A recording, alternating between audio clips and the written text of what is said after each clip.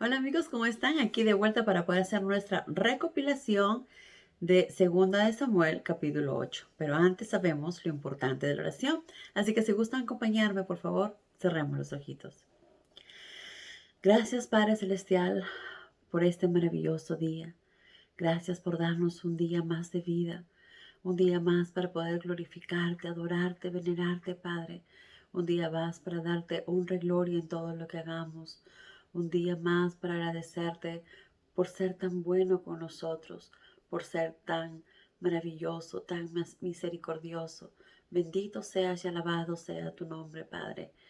Gracias por darnos una oportunidad más de vida para resarcir nuestros errores, para darnos cuenta de nuestras faltas y poder volver a ti, poder hacer las cosas en la manera que a ti te agradan.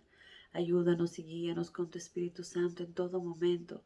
Ayúdanos también con el entendimiento de tu palabra para poder atesorarla en nuestros corazones y aplicarla todos los días en nuestra vida diaria. Perdona nuestras faltas, nuestros tropiezos y te pedimos todo esto en el nombre de Cristo Jesús, tu Hijo amado. Amén. Muy bien amigos, ahora sí estamos listos para hacer nuestra recopilación de Segunda de Samuel, capítulo 8. Entonces, como vemos, David subyugó a los filisteos, ¿verdad? Ya que conquistó la ciudad más grande. Siempre los filisteos estaban en constante pelea y en guerra con los israelitas, ¿verdad? Era un pueblo bastante fuerte, bastante aguerrido y todo el tiempo estaba queriendo las tierras de los israelitas. Y ya era algo no solamente por territorio, sino que se tenían como, le tenían mucha cólera, yo creo, ya el pueblo filisteo a los israelitas, como que los creían menos que ellos, ¿verdad? Pero obviamente David los subyugó porque David estaba con Jehová.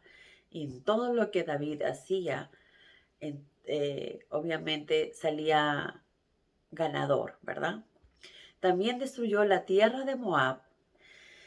Dice, también destruyó la tierra de Moab, destruyó las fuerzas del rey Hadadezer, que era el rey de Soba. David también capturó a 1,700 hombres que iban a caballo y a 20,000 que iban de infantería. Además dio muerte a 22,000 sirios de Damasco. Entonces vemos que conquistó diferentes tierras, ¿verdad? La tierra de Moab, las fuerzas del rey Adaser, que era del rey de Soba. También dio muerte a varios sirios en Damasco. David situó varias guarniciones en Damasco, dice, para que los sirios, porque los sirios ya eran súbditos de David, y entonces él puso guarniciones para que presentaran anualmente sus tributos. Como vemos, y acá mismo lo dice, Jehová le dio victorias en donde quiera que iba, a donde quiera que David iba, salía victorioso, porque era bueno, tenía el ejército más poderoso, era excelente con la arma, con la espada. No, era porque tenía a Dios. Y Dios bendecía en todo lo que él hacía.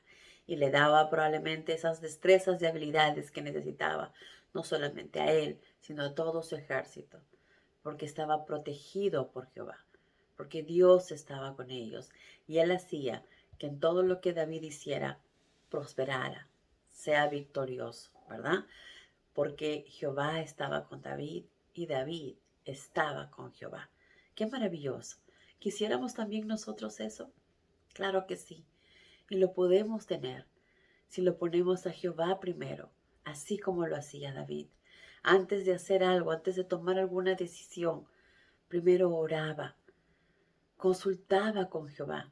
¿Debo o no debo hacer? ¿Qué haría? En nuestro caso es lo mismo. Debemos consultar con Jehová. Debemos preguntarle por su guía. Y Él nos responderá. ¿Cómo? Él encontrará la manera de hacerlo. Si lo ponemos a Él primero. Si leemos en todo momento su palabra. para así saber lo que le agrada, lo que no le agrada y cómo Él desea y espera que actuemos. Porque antes eh, no estaba la Biblia completa, ¿verdad? Como ahora la podemos leer y ver. Ahora sí tenemos ese privilegio también. Y antes, en el tiempo de David, todavía no estaba Jesús. Ahora ya lo tenemos. Entonces, tenemos muchas más posibilidades todavía de hacer las cosas correctas, de hacer la voluntad de nuestro Creador. Y muchos dirán, oh, pero es imposible, es difícil. Claro, para nosotros solos realmente es imposible. Pero no estamos solos. Tenemos al Dios Todopoderoso. Y si nosotros realmente deseamos cambiar, acercarnos a Él, hacer su voluntad, Él nos va a ayudar si lo ponemos primero, así como David lo hacía. Y Él nos bendecirá, y Él nos guiará, y Él nos ayudará.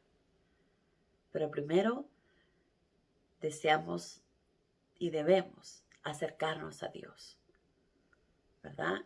Y antes de cualquier cosa, consultar con Él, preguntarle a Él y leer su palabra, porque ahí es donde Él muchas veces nos habla también.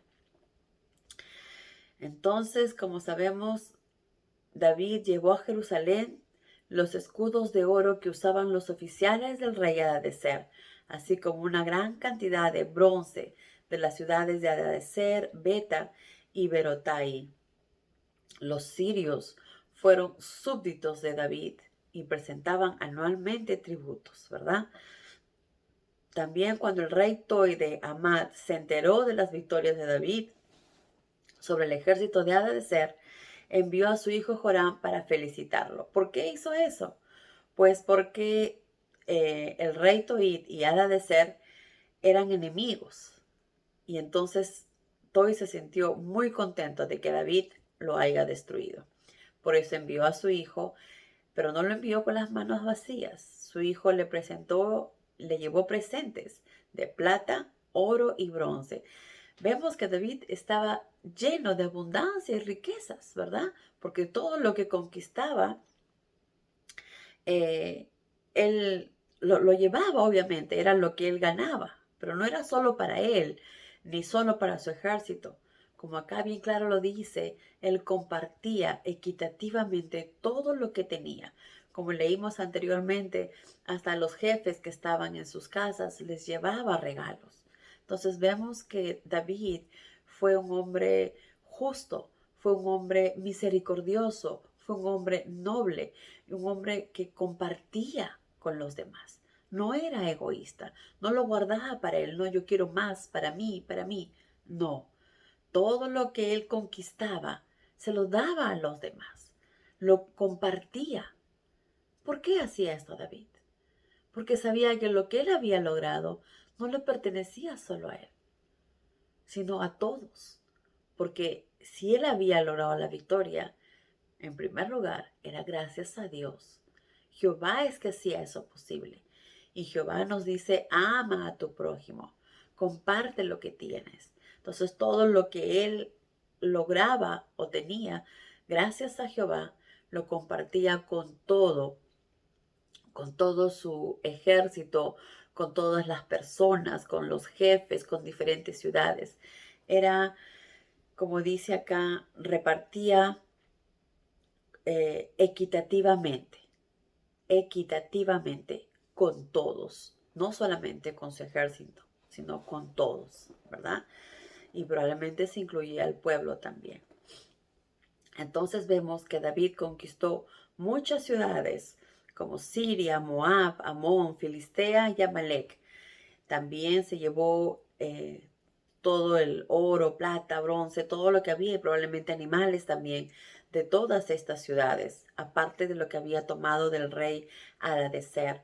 David se hizo muy famoso, ¿verdad? Hasta el día de hoy sabemos de David. ¿Y por qué se hizo tan famoso? ¿Porque era muy bueno? ¿Porque ganaba todo el tiempo? Era porque Jehová así lo quiso, porque Jehová lo bendijo. Y Jehová le dijo que su nombre sería famoso. Y así lo fue, y así es, y así seguirá siendo. Después de su regreso, destruyó a 18,000 edomitas en el Valle de Sal y luego puso guarniciones a través de Edom para que toda la nación se viera obligada a pagar tributos. O sea, aparte de todas esas personas que quedaron en las ciudades, tenían que pagar tributos a Israel. De esa manera podrían mejorar muchas cosas, ¿verdad?